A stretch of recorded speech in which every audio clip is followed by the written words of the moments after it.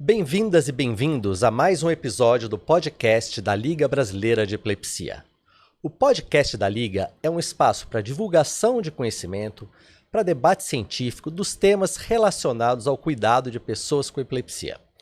Eu sou Luiz Otávio Caboclo, neurologista do Hospital Albert Einstein, da Faculdade de Medicina do Hospital Albert Einstein, São Paulo. E para esse episódio, eu tenho o prazer e a honra de receber uma convidada muito especial. A doutora Cat Valente, ela é professora livre-docente em Neurologia Infantil da Faculdade de Medicina da Universidade de São Paulo, aqui em São Paulo, e a doutora Cat é uma das maiores autoridades mundiais no estudo dos transtornos psiquiátricos em pessoas com epilepsia. Então o tema de hoje com a doutora Cat é justamente sobre epilepsia e transtornos psiquiátricos. Um tema muito importante considerando a grande interface entre essas duas condições.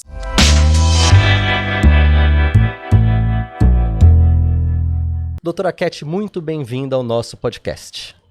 Oi, Tatá, é um prazer estar aqui. É um prazer fazer parte da Liga Brasileira e poder contribuir.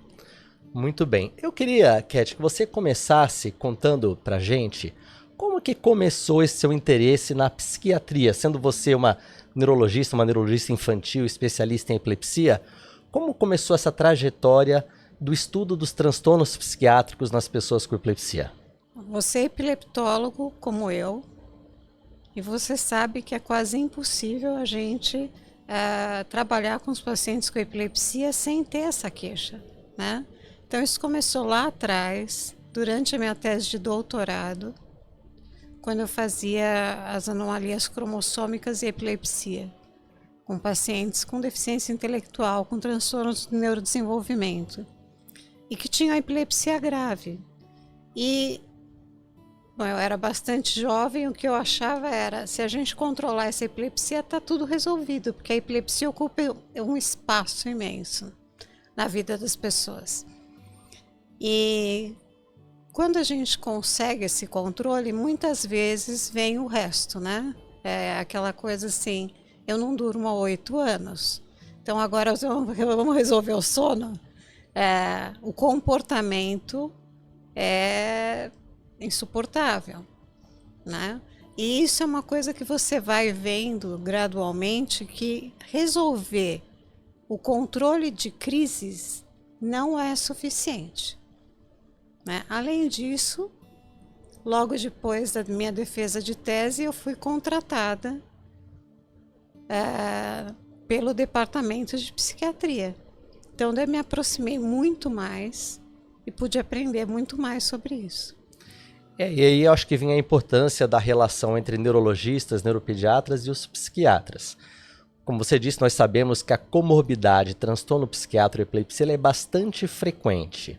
Existe alguma diferença nessa associação quando nós falamos das crianças e dos adultos com epilepsia? Quais as semelhanças e quais as diferenças? Primeiro que é tão frequente quanto. A gente não deve subestimar na infância, mas o tipo de transtorno é diferente. E como que é essa diferença? Então, na infância, nós vamos ter mais os transtornos do neurodesenvolvimento. Então, o que nós teremos mais? Transtorno do déficit de atenção e hiperatividade e transtorno do espectro do autismo. Na adolescência, começa a mudança. Porque na adolescência a gente tem esse grande pico, né, de transtorno de ansiedade e transtorno de humor. E isso não é diferente na epilepsia.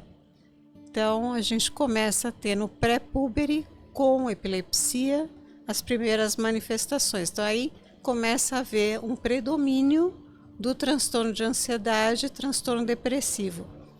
Sendo que uma coisa não exclui a outra, né? Então, o paciente com deficiência intelectual, ele tem uma chance 3 vezes maior de ter um transtorno de humor e um transtorno ansioso. Assim como o paciente com transtorno do espectro. O TDAH tem muito transtorno de ansiedade. Então, não são condições excludentes. Muito pelo contrário, elas andam juntas. Claro, e nós sabemos que o risco de uma criança ou adulto com epilepsia ter um transtorno psiquiátrico é maior do que a população em geral. Mas minha pergunta é, qual maior? Qual é esse risco? Qual a incidência desses transtornos psiquiátricos na faixa etária pediátrica e nos adultos? Depende da forma de epilepsia. Então, para transtorno de déficit de atenção e hiperatividade, em alguns tipos de epilepsia, a gente está falando de 30% a 50% dos pacientes, o que é muito. Muito, muito alto. Né? E não necessariamente está relacionado com gravidade da epilepsia. Então, algumas formas de epilepsia que são de fácil controle e autolimitadas, quer dizer, à infância, elas carregam um risco de transtorno de déficit de atenção e hiperatividade e transtornos de aprendizagem que é de 30% a 50%. Né? Se a gente fizer um rastreio. Para transtorno de humor, se a gente pegar a epilepsia do lobo temporal, de novo a gente está falando de um risco altíssimo, porque no lobo temporal a gente vai ter estruturas que estão relacionadas com regulação de humor. Né? Então esses pacientes também têm um risco maior. Como eles são epifenômenos, ou seja, a gente tem estruturas que vão mediar as duas coisas, então é importante que a gente saiba qual é o tipo de epilepsia, né? E quais os transtornos estão mais relacionados àquele tipo. Embora não seja específico, existe uma chance maior. Então, existe uma chance maior de um paciente com epilepsia do lobo temporal e esclerose do hipocampo ter transtorno depressivo do que até um paciente com epilepsia do lobo temporal sem esclerose do hipocampo. Isso já foi demonstrado, independente da lateralidade, direita ou esquerda. Por outro lado, algumas formas de epilepsia do lobo frontal estão relacionadas com o controle dos impulsos, com controle inibitório. Perfeito, porque quando nós pensamos nessa associação, talvez intuitivamente a gente pense, bom, o paciente tem crises que são de difícil controle, tem dificuldade de se adaptar a essa condição, a epilepsia, as restrições que a epilepsia impõe, mas não é só isso. Claramente existem outros mecanismos envolvidos. Quando você nos traz, por exemplo, que a esclerose hipocampal está associada a um risco maior de depressão e que uma epilepsia do lobo frontal está associada a um risco maior de um transtorno do impulso, por exemplo. Sem querer nos alongar muito, mas quais são essas relações mecanísticas? O que está por trás dessa associação? Por que, por exemplo, um paciente com epilepsia do lobo temporal tem um risco maior de depressão? Então, os fatores psicossociais, que é isso que a gente está falando, eles são fatores contribuintes, são importantíssimos. Sim. Como eu vejo a doença, como eu percebo a doença e como a sociedade percebe, né, a comunidade na qual eu vivo, que é o estigma, é o self-enacted, né, que a gente divide assim. Então, isso é super importante, sendo que a minha percepção da doença é mais importante. Então, a educação do paciente é bem importante. O psicoeducacional é uma forma de reabilitação. Mas, voltando para a sua pergunta, nós acreditamos, e acho que as evidências mostram que existem estruturas que causam... Bom, vamos falar de uma forma bem simples. Essa é a forma que eu explico para os pacientes. Se você tiver um problema no seu coração e você tiver dor e também um eletrocardiograma alterado, as coisas não são independentes, elas refletem a mesma coisa. Sim, são relacionadas. Estão relacionadas. A gente tem uma tendência a compartimentalizar as doenças neurológicas e psiquiátricas. Mas existe uma psiquiatra que já falou, nós devíamos estar falando sobre o mesmo sistema. Né? Sem dúvida. Então, as doenças vêm do mesmo lugar. Então, se a gente for olhar, por exemplo, a epilepsia e a ausência da infância, muito se fala da atividade que é o quê? Tálamo cortical. E dentro desse cortical, a gente está falando principalmente do lobo frontal. De forma não surpreendente, a gente tem, então, neste grupo, uma prevalência de transtorno de déficit de atenção, ou seja, uma diminuição de controle inibitório para atenção e para impulso, né? Que fica, dependendo da série, 30%, né? 30% a 40%. Então, É isso que a gente está falando. A gente está falando de estruturas que estão relacionadas a mais do que uma coisa. Existe um córtex não necessariamente lesionado, não há necessariamente uma lesão, mas disfuncional, que gera as crises e que também vai promediar os transtornos psiquiátricos e os déficits cognitivos. E você tocou num ponto importante que são os déficits cognitivos. Mais recentemente, isso eu acho que uma tendência da literatura em epilepsia, o papel das comorbidades vem sendo mais valorizado. Houve um tempo no passado, eu acho que quando a gente começou a vida na epilepsia, em que realmente o foco era o controle das crises. E que teria que vir, às vezes, a qualquer custo, inclusive impondo aos pacientes efeitos adversos de fármacos anticrises que eram tão ruins ou piores do que as próprias crises. Mas eu acho que a tendência mais recente nesse século, principalmente, é reconhecer a importância dessas comorbidades. A gente está discutindo sobre as comorbidades psiquiátricas, mas as comorbidades cognitivas também são super importantes, até porque podem contribuir para uma piora das condições psiquiátricas de base também, certo? Vamos falar um pouquinho, a gente está falando de mecanismos neurais. Sim. Que subsidiam a coexistência de várias doenças. Então, epilepsia, transtorno psiquiátrico e déficit cognitivo. Vamos falar dessa forma. Vamos pensar um pouquinho, de novo, é a compartimentalização, né? Que não existe. Não existe. Então, se a gente falar do lobo temporal, qual que é a importância do lobo temporal na consolidação da memória? Então, qual é a surpresa em saber que um indivíduo com epilepsia do lobo temporal com esclerose do hipocampo tem transtorno de humor e tem um déficit de memória? Sim, nenhuma surpresa. Nenhuma surpresa. Se a gente for estudar só os pacientes com depressão, sem epilepsia, existem alguns estudos assim que são clássicos, mostrando que quanto mais tempo uma pessoa tem depressão não tratada, existe uma redução do volume do hipocampo. Então, quer dizer, existe uma alteração estrutural, não é só funcional. E quando você trata esse humor, o déficit cognitivo permanece, que é muito comum você ver em pacientes com depressão de longa duração, que eles reclamam da memória. Muito comum. E lembrando que hoje a depressão não tratada é reconhecida inclusive como um fator de risco para demência, principalmente demência na forma de doença de Alzheimer. Então uma relação que eu diria não é bidirecional, e sim tridirecional, multidirecional, entre as crises, o controle das crises, os transtornos psiquiátricos e os aspectos cognitivos. Mas um ponto importante que você tocou, Cat, é que nem sempre a gente tem esses transtornos psiquiátricos em pacientes que estão com as crises mal controladas. Muitas vezes epilepsias que são tratadas até como benignas, e vamos usar esse benignas bem entre aspas, podem cursar com transtornos psiquiátricos que são comuns em diversas formas de epilepsia. Daí vem claro a ideia de que nós, como neurologistas infantis, precisamos reconhecer esses transtornos. E qual que é a melhor forma de triar esses transtornos, de reconhecer como deve ser a pesquisa desse diagnóstico em adultos e crianças com epilepsia? A gente pode falar de várias ferramentas de screening, porque elas existem, né? Então, você tem, por exemplo, algumas que foram desenvolvidas para epilepsia, como para depressão a gente tem o NDDI, que é um inventário breve.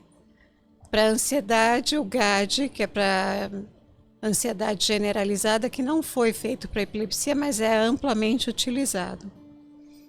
Mas existe uma coisa que o Colin Riley, que é um neuropsicólogo que teve aqui no Brasil, falou recentemente, que tal perguntar? Que tal perguntar? Parece óbvio, mas é sempre bom lembrar, né? Que tal perguntar? O que está acontecendo? Como anda seu humor? Né? E assim, nas crianças, é uma coisa comum. Então, as epilepsias, como você colocou, que eram chamadas de benignas, autolimitadas. Frequentemente, lógico que a primeira preocupação dos pais é a crise. Todo pai que presencia uma crise, ele cria um trauma. Sim. E você tem que resolver aquilo lá, tá? Dentro do que é possível. Mas uma coisa que eu frequentemente faço é, depois que isso está conversado, como está a parte acadêmica? E aí é que a gente fica sabendo. Sim, Tá? a parte acadêmica que pode ser impactada pelas questões psiquiátricas, pelas questões cognitivas, por ambas, independente às vezes do controle das crises. E muitas vezes quando você conhece um paciente ao longo do tempo, isso você vai poder dizer. A gente vê o paciente entrando no consultório, só a forma como ele entra, você já sabe que alguma coisa está errada, né? Mais taciturno, a forma de se vestir, perde um pouco a energia, a alegria. E aí é só perguntar, porque existe esse tabu, essa mentira na realidade, que a pessoa deprimida não quer ajuda. Ela quer ajuda. Sim. Né? Mas se você perguntar, não perguntar, você nunca vai saber. Se você não perguntar, você não vai saber. Bom, sabendo que é tão importante reconhecer esses transtornos, eu acho que o grande avanço é que nos últimos anos, algumas diretrizes vêm sendo publicadas nesse sentido. E no ano passado, você liderou uma força-tarefa da ILAI, da Liga Internacional contra a Epilepsia, sobre transtornos psiquiátricos e epilepsia. Nos fale um pouco sobre essa experiência, como foi a construção dessa diretriz e o que ela nos recomenda para a prática clínica diária, nós que estamos aqui atendendo esses pacientes todos os dias. Então, o que eu liderei foi um consenso, que seria um guideline, e eu vou já explicar a diferença, para ansiedade e depressão, diagnóstico e tratamento em crianças e adolescentes com epilepsia. Foram 3 anos de trabalho. Muito trabalho. Muito trabalho. Muito trabalho. A princípio, como a ideia era criar um guideline é um protocolo praticamente. Você tem que buscar evidência. E essa evidência tem que ser de alta qualidade. Infelizmente, para diagnóstico, a gente não tem instrumentos validados em ansiedade e depressão na infância. Sim. Porque o processo de validação, ele é muito, muito demandante. O N que você tem que ter, nós não temos. Bom, isso posto para tratamento. Para tratamento, você precisa de estudos controlados e randomizados.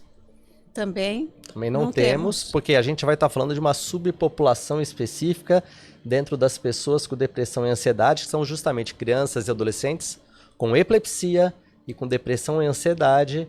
E aí nós sabemos que fazer um estudo prospectivo, randomizado, controlado, duplo cego, é uma tarefa muito difícil, sempre será difícil, e a gente vai ter que lidar com a falta de evidências sólidas. Mas com essa falta de evidências, como é que vocês se saíram? Então, você tem que primeiro fazer essa revisão, que foram mais de 26 mil artigos, e depois disso, e da gente avaliar a qualidade dos artigos através de alguns instrumentos que existem, nós passamos para uma segunda fase, que é a fase de elaboração de recomendações. Baseadas em quê? Baseadas em guidelines que já são existentes para crianças sem epilepsia. Ou seja, baseado nas melhores evidências disponíveis. Só que quando nós começamos, a Associação de Psiquiatria da Infância e Adolescência não tinha publicado, o último era de 1998. Aí eles publicaram novos em 2022. Então daí a gente pôde utilizar isso, adaptando para a criança com epilepsia. E dentro das adaptações cai exatamente o que você acabou de falar dos fármacos anticrises. Então, sempre prestar atenção na questão do fármaco. Nós temos fármacos que são eficazes, sim, mas que têm efeitos adversos para a cognição e humor que são devastadores. São terríveis, sim. E, em especial, para um paciente controlado e funcional, você limita, você tira a qualidade de vida desse paciente. Ou certo? seja, aquele paciente está com a crise controlada, mas experimentando os efeitos adversos cognitivos e de humor, que limitam muito a qualidade de vida do paciente. Isso não é mais tolerável. Houve um momento em que nós falávamos que tudo bem, porque você tem epilepsia e escolha. Hoje, se a gente falar dos novos fármacos, eles são mais eficazes? Talvez haja um ou outro, mas não. Eles têm que trazer menos efeitos adversos e eu diria mais opções, porque nem sempre eles trazem menos efeitos adversos, principalmente na parte comportamental e de humor. Você sabe bem disso. Mas a gente tem mais opção. Então, você limitar a vida de uma pessoa devido ao tratamento não é mais tolerável. E a gente está falando dos indivíduos funcionais. Mas existem as crianças e os adolescentes com deficiência intelectual e epilepsias graves, que são as encefalopatias epiléticas e do desenvolvimento. Esse grupo não deve ser negligenciado também, porque existe um limite de controle de crises para eles. E a partir daí, você só vai acrescentar efeito adverso. Então, esta também é uma coisa que deve ser conversada. Porque uma criança que vai ter 30 crises no mês, ela vai ter 30 crises no mês. Só que ela vai ter 30 crises no mês acordada, comendo, vendo os pais, entendeu? Ou vai ter 30 crises no mês dormindo o tempo inteiro. Então, esse despertar é importante e é isso que a gente tem que tomar muito cuidado, porque é muito frequente que estes pacientes cheguem com 5 fármacos, 4 fármacos e intoxicados. Sem dúvida. Não, e eu acho que é importante a conversa nesse caso com os cuidadores, com o pai, com a mãe, no sentido de alinhar as expectativas com o que é a realidade de cada paciente. São as epilepsias que, mais do que difícil controle, elas são virtualmente intratáveis, no sentido que são pacientes que não ficarão livres de suas crises. E nesse momento, eu acho que a sabedoria está em reconhecer isso e oferecer o melhor cuidado em termos de fármacos anticrise e outras terapias que possam, porventura, ajudar. Voltando à questão da recomendação, frente a essas evidências que não são as melhores possíveis, em linhas gerais, quando a gente fala de tratamento, quais foram as recomendações, se você puder resumir, Cat? Acho que eu fugi da sua pergunta, né? Mas não foi intencional. As recomendações, primeiro, são para diagnóstico sempre. Qual é o melhor instrumento de screening? Aquele que você tiver. Porque as recomendações foram para o mundo inteiro. Então, toda vez que nós tentávamos colocar um instrumento, vinha uma queixa dos panelistas, que eram as pessoas que estavam respondendo, esse é caro, esse eu não tenho. Então, o instrumento, e quem não tem nenhum, perguntar. Sim. Em qual momento? Na primeira consulta e ao longo do tratamento. Por quê? Porque pode aparecer em qualquer momento. A gente está falando de uma pessoa em desenvolvimento. E uma doença, epilepsia, que é dinâmica, nós sabemos. Ela não é estática, ela é dinâmica, ela muda com o tempo. Muda a pessoa, muda a doença, então muda essa condição. E alguns pacientes vão demandar ainda mais screening ou ainda mais intervenções nesse sentido. Que são os pacientes que não têm controle das crises, porque tem os fenômenos periictais e que vão evoluir com ictais, e os que passam a usar algum fármaco que a gente sabe que tem efeitos adversos de humor e comportamentais. Então, essa é a primeira coisa. Feito o diagnóstico, a gente não pode deixar de fazer o diagnóstico porque não sabe tratar. O reconhecimento do sintoma já é uma forma de tratamento. O psicoeducacional, ou seja, isso que você está sentindo, é por isso, isso e isso, o paciente já sai melhor. A gente tem alguns estudos mostrando que um paciente com depressão, não grave, não maior, quando ele é recrutado para um estudo, ele já 30% deles já tem melhora. Pelo mero reconhecimento daquele sintoma que está afligindo o paciente.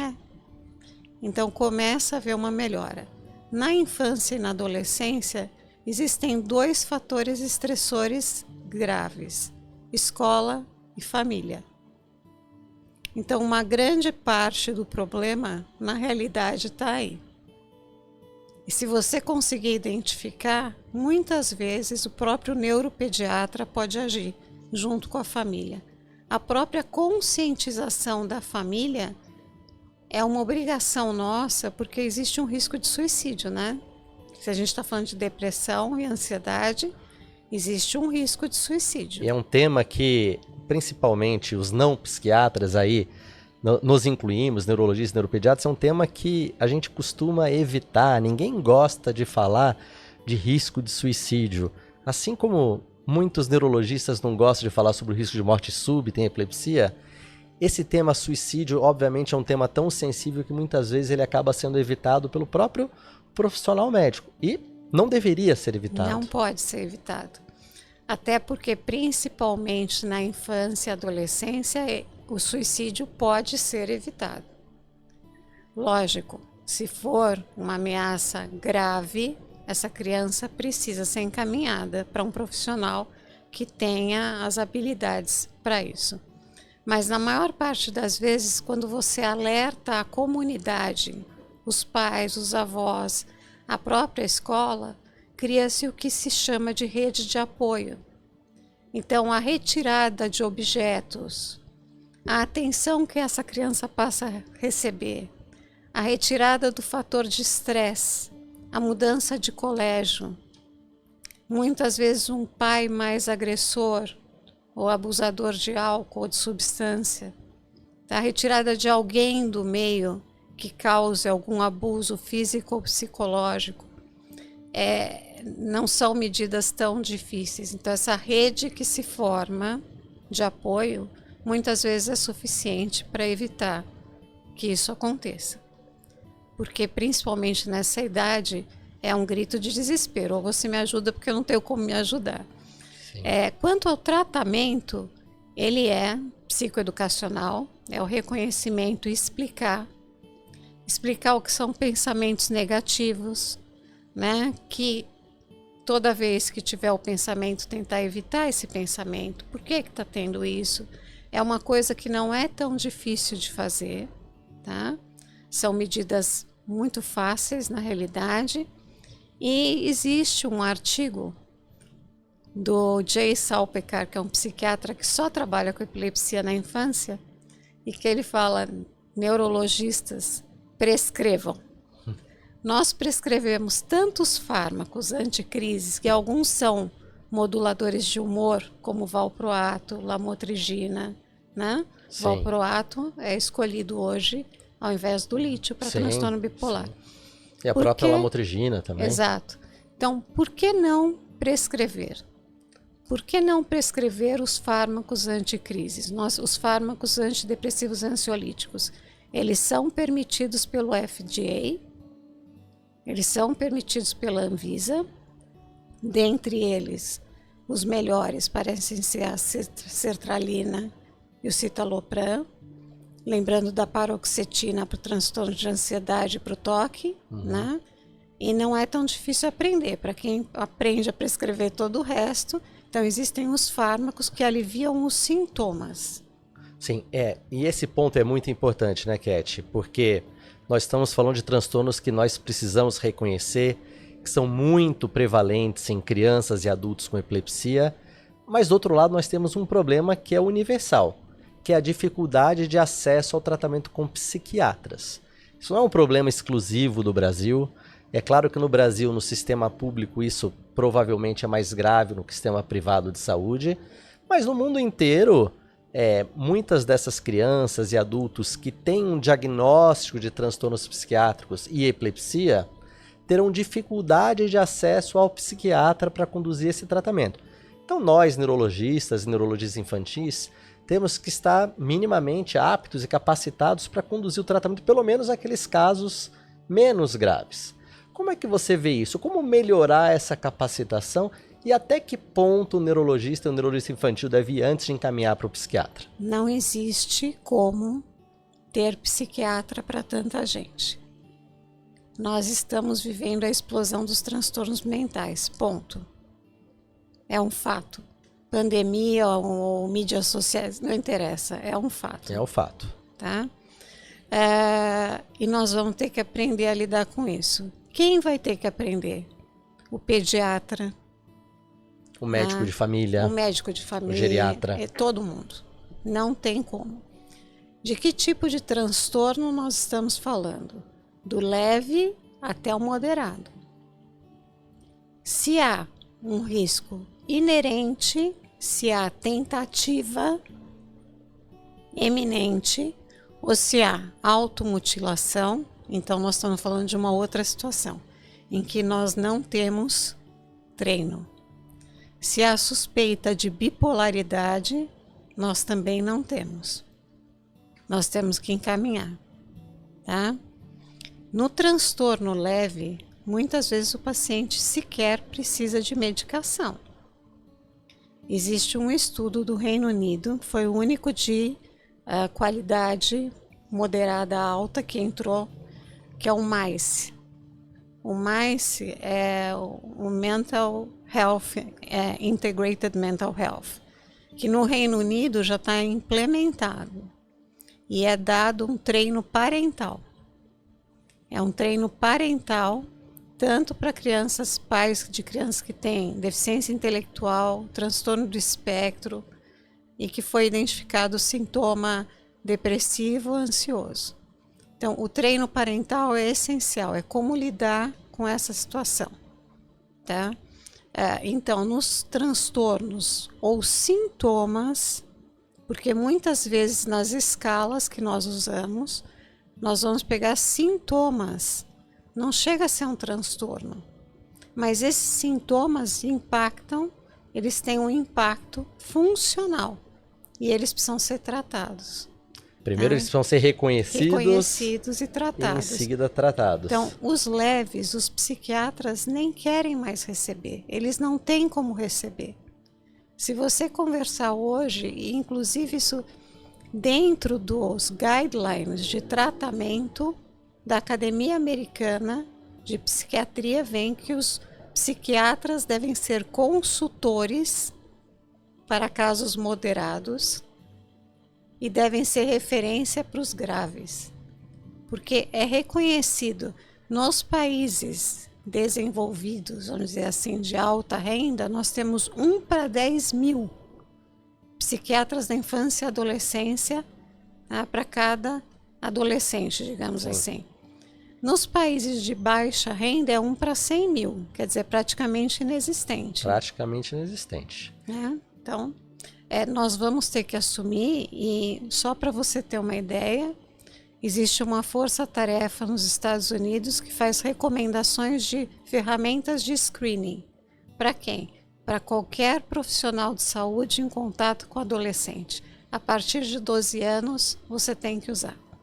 Qualquer um, incluindo as enfermeiras, assistentes sociais, todos estão envolvidos. A Academia Americana de Pediatria tem um kit chamado GLAD, tá? Que é feliz, né? E esse kit é para diagnóstico e para tratamento, para os pediatras. E ele já foi revisto, esses guidelines, 2 vezes.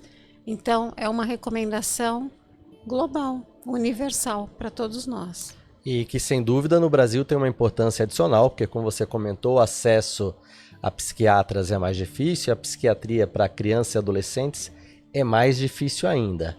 Então, nós sabemos que nós, neurologistas infantis, temos que estar capacitados para reconhecer essas condições psiquiátricas nas pessoas com epilepsia e tratar pelo menos os casos leves e casos moderados, sem dúvida nenhuma. Falando de alguns pontos específicos do tratamento, algumas dúvidas sempre surgem. É uma ótima oportunidade, a gente tem aqui uma pessoa muito experiente, a doutora Cat, para discutir alguns pontos que sempre surgem nessas discussões. Você comentou sobre a associação entre TDAH e epilepsia em crianças e adolescentes. Existe um certo temor, às vezes, por parte de pediatras e mesmo de neurologistas infantis que não fazem epilepsia, de tratar o TDAH nas crianças e adolescentes com epilepsia por receio de que o tratamento com psicoestimulantes vá piorar as crises nessas crianças. Como é isso? Qual a sua visão sobre isso? O que as evidências mostram? Não há piora. Para isso, realmente existe uma quantidade grande de estudos. Eles foram revisados em... Eu não me lembro mais. Há algum tempo atrás eu fiz parte dessa força-tarefa, mas acho que já faz mais de 8 anos. E eles vão ser revisados agora. Não há... Existem alguns casos isolados em estudos de coorte. Mas mesmo em pacientes com epilepsia fármaco-resistente, tá? Não há evidência de piora significativa. Então, existe sempre numa coorte de 30, um paciente que piorou e que, na realidade, a relação temporal não fica muito clara, se houve relação com a introdução. A gente tem mais evidência para metilfenidato do que para qualquer outro fármaco. Isso não quer dizer que os outros sejam piores. Sim. Só falta evidência. A gente tem evidência para o metilfenidato em larga escala. Para a atomoxetina tem um estudo muito bom. Para a lisdexanfetamina não tem. Ou não temos ainda? Não tem ainda, E é super importante isso, eu queria destacar, porque veja, se nós sabemos que o transtorno de déficit de atenção e hiperatividade é mais comum em crianças com epilepsia do que naquelas crianças sem epilepsia, negar a essas crianças o tratamento é, obviamente, um desserviço ao acompanhamento dessas crianças. E o mesmo vale para depressão. Frequentemente, nós como neurologistas somos consultados. Eu vou usar um antidepressivo? Aí vem aquela pergunta, isso reduz o limiar epileptogênico? Eu posso tratar a depressão? Minha resposta, Cat, sempre é assim, você pode não, você deve. Se o paciente te procura com uma depressão, você trate a depressão. Porque ele não é um caso de epilepsia, ele é uma pessoa que sofre com a epilepsia, sofre com a depressão. Ambas as condições precisam ser tratadas. E talvez ele sofra com a depressão mais do que com a epilepsia. Sofra mais do que a epilepsia. Agora, é interessante que esse mesmo neurologista que tem medo de prescrever uma sertralina, um citalopram, ele prescreve fenobarbital e levetiracetam, que piora o humor. Certo? Então é assim, todos são fármacos. Todos carregam o seu fardo, né? Então, não há por que ter medo de prescrever se você vai acompanhar. Agora, existe uma nuance dessa história, que realmente isso a gente tem que tomar cuidado. Se eu tenho um paciente controlado e eu só vou recebê-lo daqui 4 meses, num retorno, e eu resolvo que eu devo começar o tratamento, quer seja para TDAH, para depressão, para ansiedade, esse paciente não volta daqui 4 meses. Precisa voltar antes, claro.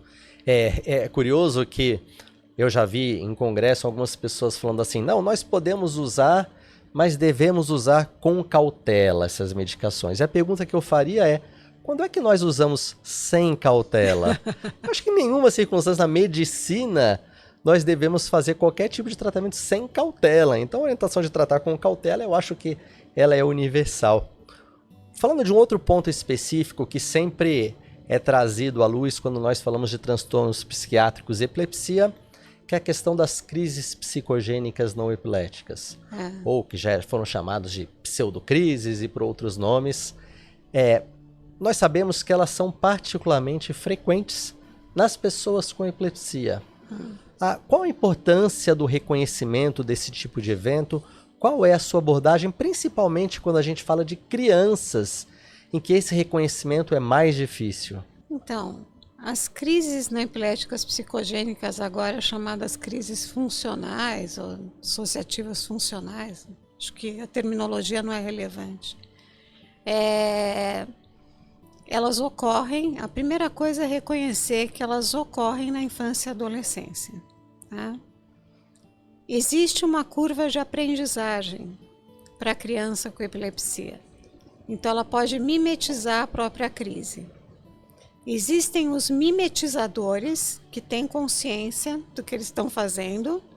Existem aquelas que absolutamente não. Frente a uma situação estressora, ela vai se manifestar com aquele tipo de crise que parece com a dela. E parece muito. Parece muito, mas tem características distintas, né? Ela dura demais, ela não faz aquela curva que a crise faz, né? Início, um pico e o seu fim. É uma crise de características mais, como a gente pode dizer, ondulatórias, né? Tem como se fosse uma piora, uma melhora, uma piora, uma melhora. A única coisa que tem de diferença na crise funcional na infância com o adulto é que as grandes crises, elas não são tão comuns de fenômenos motores maiores. Como naqueles adultos em que muitos médicos, inclusive, ficam convencidos de que o paciente está tendo uma crise tônico-clônica. Vão para UTI. Vão para UTI, são entubados, Exatamente. são sedados. Isso. Não, esse tipo de crise vai aparecer mais no adolescente, tá? Por que é importante reconhecer?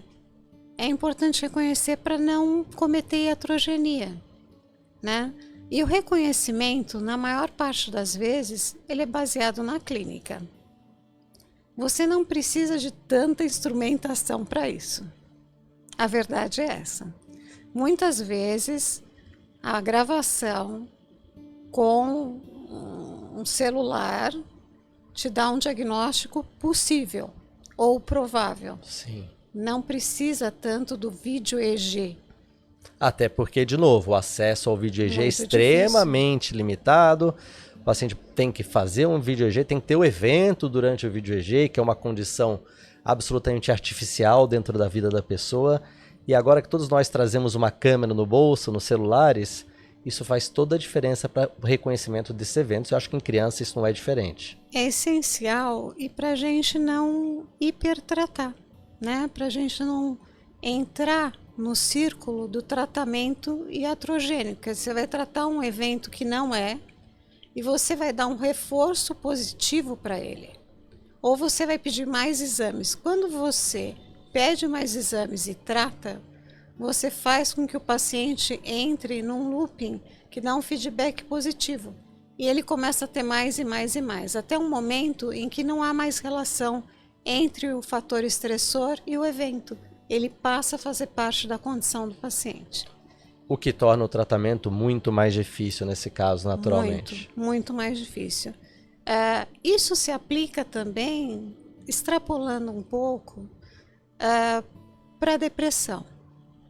A depressão faz com que o tratamento da epilepsia seja mais difícil. Uma coisa que os neurologistas devem saber. Então, se você vai falar, eu não vou tratar porque não é comigo, você tem que saber que você vai fazer iatrogenia.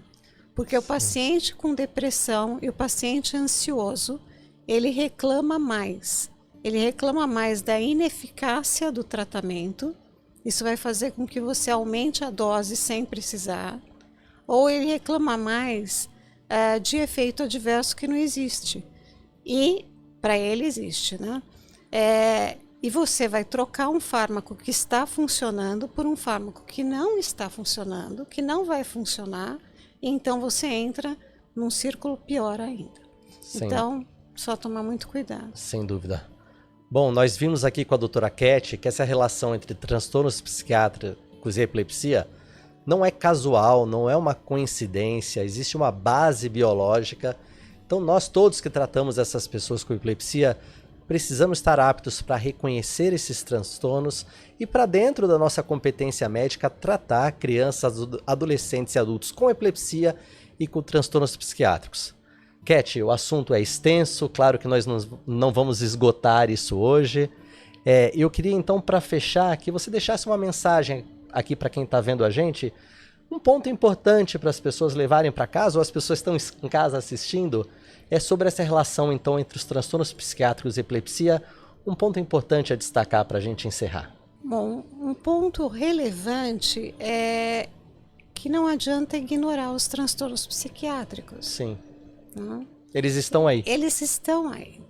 E eu acho que hoje a gente está vivendo um momento em que eles são tão frequentes que eles deixaram de ser um tabu. Não existe como você ignorar. eles fazem parte da nossa vida, nos nossos filhos, nos nossos sobrinhos, nas nossas famílias. Em nós mesmos. Nós mesmos. No processo de envelhecimento, eles Sim. irão aparecer, é só uma questão de tempo. E aprender a lidar com isso é o trabalho de todo mundo, né? A única diferença na criança e no adolescente é que vamos lembrar, como adultos, nós podemos procurar ajuda. A criança e o adolescente, ela é responsabilidade dos cuidadores, porque é a única fonte de ajuda que ela vai ter. E eu acho que para encerrar esse ponto é super importante, para quem trata crianças principalmente, lembrar que o reconhecimento começa com os pais, os cuidadores, que vão ser aqueles que vão buscar ajuda para essas crianças. Cat, muito obrigado pela sua presença hoje no podcast. Eu tenho certeza que todos aproveitaram muito e certamente a gente espera ter você de volta aqui em outras oportunidades para estender mais essa conversa e abordar outros tópicos que nós não tivemos tempo de abordar hoje, mas que certamente serão muito úteis. Muito obrigado. Eu que agradeço, é um prazer contribuir para a Liga sempre. E você que está nos assistindo, esperamos vocês nos próximos episódios do podcast da Liga Brasileira de Epilepsia. Não se esqueçam de nos seguir nas nossas redes sociais, divulgar o podcast para os seus amigos, para os seus conhecidos, porque é uma maneira de divulgar o conhecimento sobre epilepsia e melhorar o cuidado aos nossos pacientes. Muito obrigado e até a próxima.